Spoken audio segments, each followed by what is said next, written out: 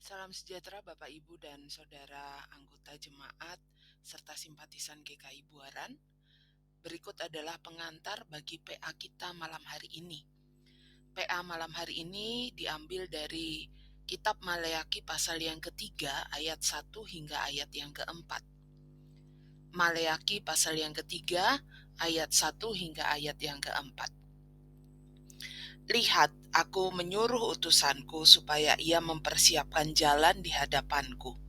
Dengan mendadak, Tuhan yang kamu cari itu akan masuk ke bait-Nya. Malaikat perjanjian yang kamu kehendaki itu sesungguhnya, ia datang, firman Tuhan semesta alam.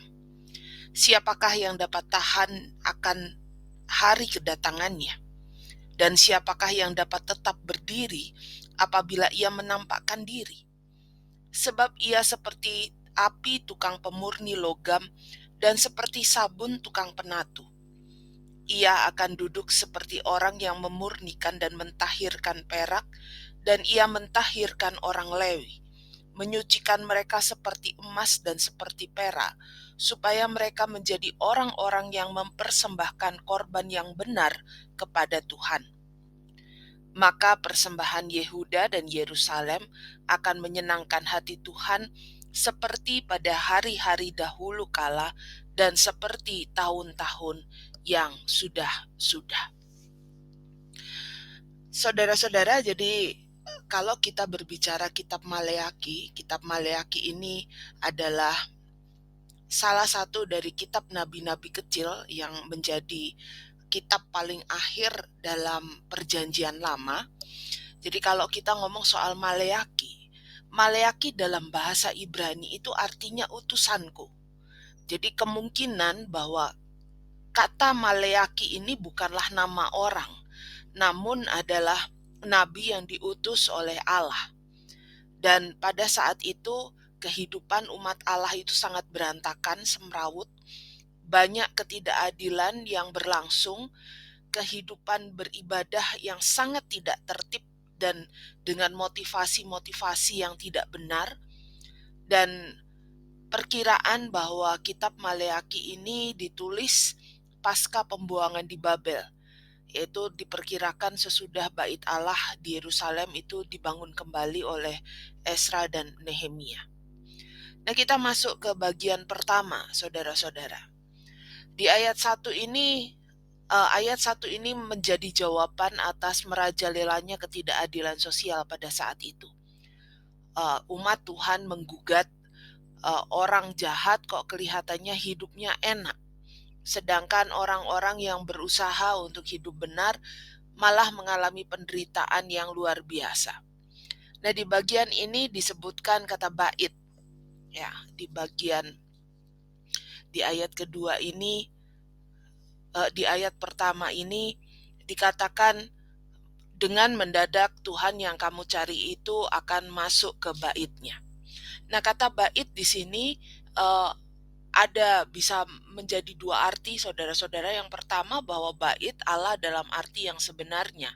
Seperti yang kita ketahui bahwa bait Allah itu jadi sentral kehidupan beragama orang Israel. Sehingga bait Allah itu punya makna yang sangat penting, sehingga ketika bait Allah dihancurkan oleh Babel, mereka sangat sedih, mereka sangat susah sekali karena merasa simbol kehadiran Allah itu hilang begitu saja. Namun ada dugaan bahwa sebenarnya bait Allah pada masa itu belum berdiri dengan sempurna. Sehingga banyak penafsir juga yang menafsirkan bahwa kata bait di sini diartikan dalam arti figuratif. Dalam arti bahwa bait Tuhan itu melambangkan kehadiran Tuhan.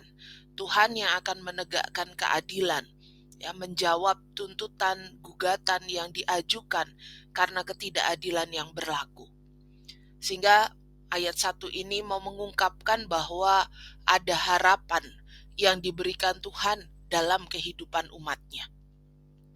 Lalu bagian yang kedua di ayat 2, di sana dikatakan bahwa kedatangan Tuhan itu yang dinanti-nantikan ternyata bukan hal yang menyenangkan. Dalam arti tidak menyenangkan bahwa manusia harus mengalami pemurnian lebih dahulu.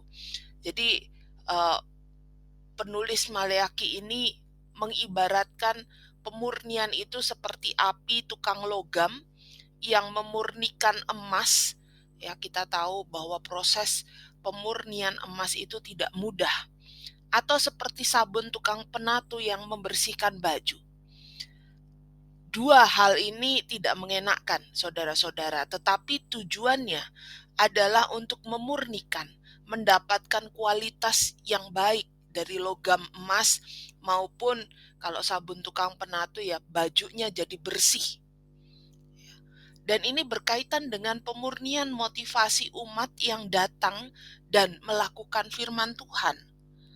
Jadi rupanya pada saat itu ada anggapan bahwa Tuhan itu hanya seperti pesuruh yang dianggap bisa menyediakan hal-hal yang menyenangkan saja.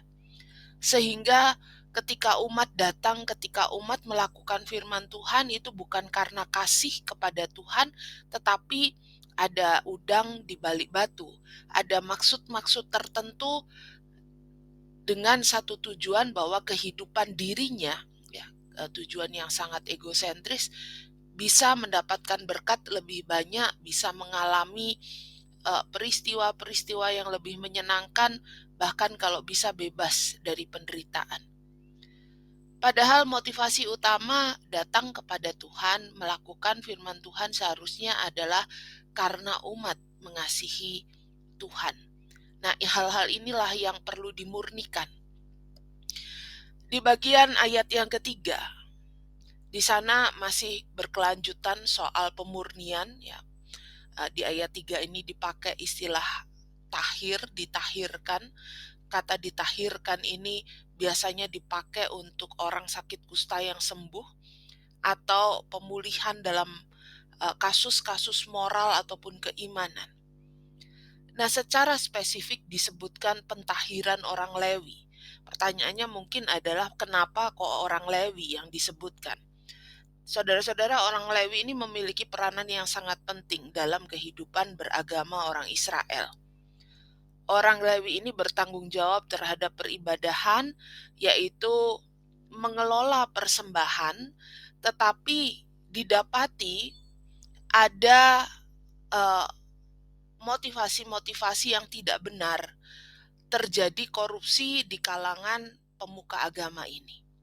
Mereka mencari keuntungan untuk diri mereka sendiri, dan Tuhan memandang pemurnian terhadap pemegang otoritas keagamaan ini sangat penting, karena apa yang dilakukan pemegang otoritas agama itu dampaknya adalah terhadap kehidupan umat, ya, perilaku beragama umat Allah. Sehingga secara spesifik disebutkan bahwa pemurnian para pemuka agama ini harus dilakukan terlebih dahulu. Nah, di ayat yang keempat, saudara-saudara, di sini dicatatkan akibat dari pemurnian itu. Apa akibatnya? Akibatnya adalah pemulihan relasi antara Tuhan dengan umatnya. Kalau kita pakai istilah saudara-saudara kita kembali pada fitrahnya, ya, kembali kepada tujuan yang semestinya. Dalam ayat 4 ini dikatakan ya perubahan kembali kepada masa lampau yang indah. Bukan dalam rangka nostalgia, tetapi perubahan ini diperlukan dalam rangka memurnikan diri. Jadi berkaca pada masa lalu dalam rangka pemulihan relasi yang lebih baik lagi dengan Tuhan. Jadi saudara-saudara, bagian ini mengatakan yang pertama bahwa kedatangan Tuhan itu adalah sebuah pengharapan di tengah segala penderitaan yang dialami oleh manusia. Dan respon yang harus diberikan manusia adalah memurnikan diri, memurnikan motivasinya, ya, sehingga ada perubahan yang nyata dalam rangka membentuk relasi yang lebih baik lagi. Nah, berikut ada 3 pertanyaan pendalaman. Yang pertama, apa kesan yang saudara dapat dari bacaan kita dan mengapa Tuhan menghardik umatnya? Pertanyaan yang kedua, apa tanggapan saudara jika terjadi kasus korupsi di bidang agama? Sebagai umat Tuhan, apa yang akan saudara lakukan? Dan yang terakhir, pemurnian diri seperti apakah yang saudara anggap perlu, baik berkenaan dengan gereja, masyarakat, dan diri sendiri?